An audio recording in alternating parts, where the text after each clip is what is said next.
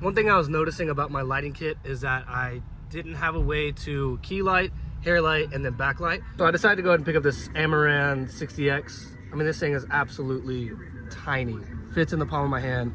And what's perfect is that this is my lighting kit. It fits perfectly in there. So I have my 200X for my key light.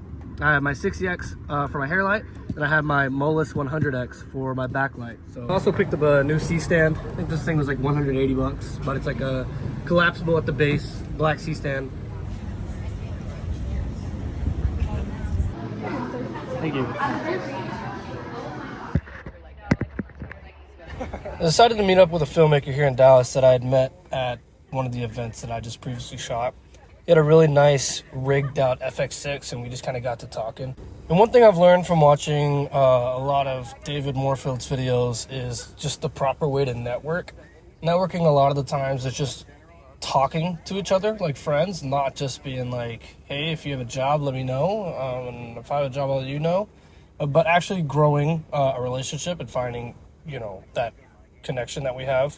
So I reached out to Vicente and just asked if he wanted to do coffee. He agreed to it. We met up. I think we talked for probably about an hour and a half to 2 hours just about where we want to go as filmmakers, you know, how we got into filmmaking, what equipment we use, different clients that we work with or have worked with. And honestly, it was a lot more fun than I thought it'd be. This is a little bit out of my comfort zone. I'm not the most social, outgoing person until I warm up a little bit. So to meet somebody brand new was, yeah, just completely different for me. But currently 7 a.m. in the morning. It's not too bad, but the baby did not sleep that good last night, so I'm a little tired right now. But headed to shoot with my buddy S today.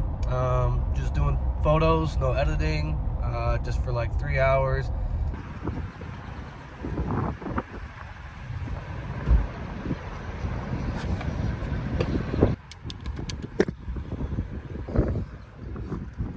S is the master of organization. One thing you'll learn about him is everything has to serve a purpose. It has to look good, has to be uniform, and he does not add anything to his gear that doesn't serve a purpose, that isn't going to make something more efficient or better. This shoot in particular, I'm just doing photo on. As you can see, his gear right here, he's got all his lenses, batteries, cables neatly put away. He's shooting on two FX3s, one with the 7200 and one with the 24-70 Sigma lens, I believe.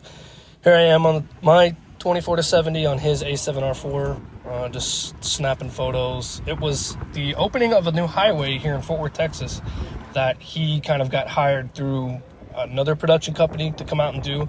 So it was just come out, shoot video, film the ceremony, and hand off the raws, and it was super easy. At one point at the end of the day here, they needed a couple photos just so they could start writing their story, and I was able to connect the camera to the creator's Sony app and give them a couple photos that they needed. So a lot of the times it is just kind of problem solving, and being able to do that, edit it right on the fly, just send them a JPEG, made them extremely happy. I mean, I was able to get them the photos within a couple minutes. So as you can see, I'm just walking around. I'm just looking for people to make faces. I'm looking for people who are clapping like they're doing right now, taking pictures of the speakers, people who are in suits and look important. There were some pretty important people here. So after the ceremony, they had us do some interviews with a couple of the people here just to get a little bit more content and just to make a piece of content talking about the opening and how the highway came to be. So you can see here S is micing him up using the Tentacle. If you're familiar with that, it's a time code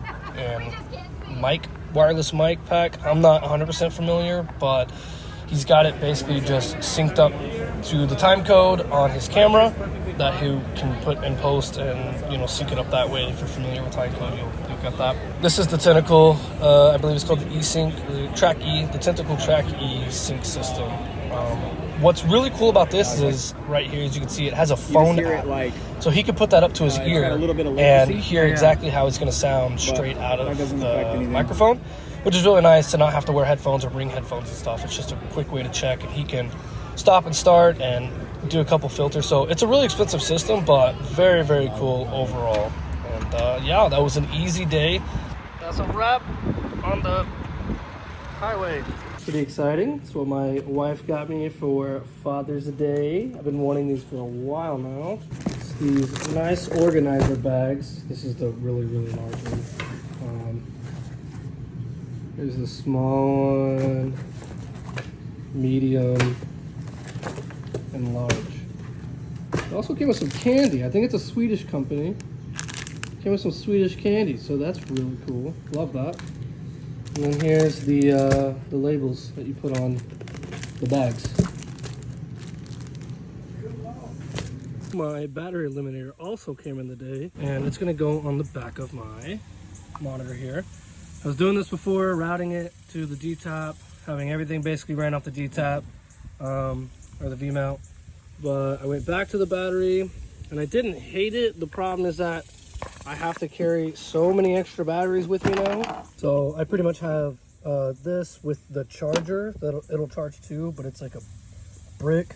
Then I have 2 of the like double-sized batteries. These are what I was using to power it. It's just for events when this thing is running all the time. This thing dies fast, and I don't always have a way to plug in for these to charge. So now I'm going back to the battery eliminator. It'll be a cable just like this one. I have another one in the house, and it just goes from 8 volt, I believe 8 volt to D-Tap. And that way I can have my monitor powered off of one battery. And then I will look to probably get a second one of these because this charges so much faster than these do. And again, charges via USB-C, so it's much easier to find a spot.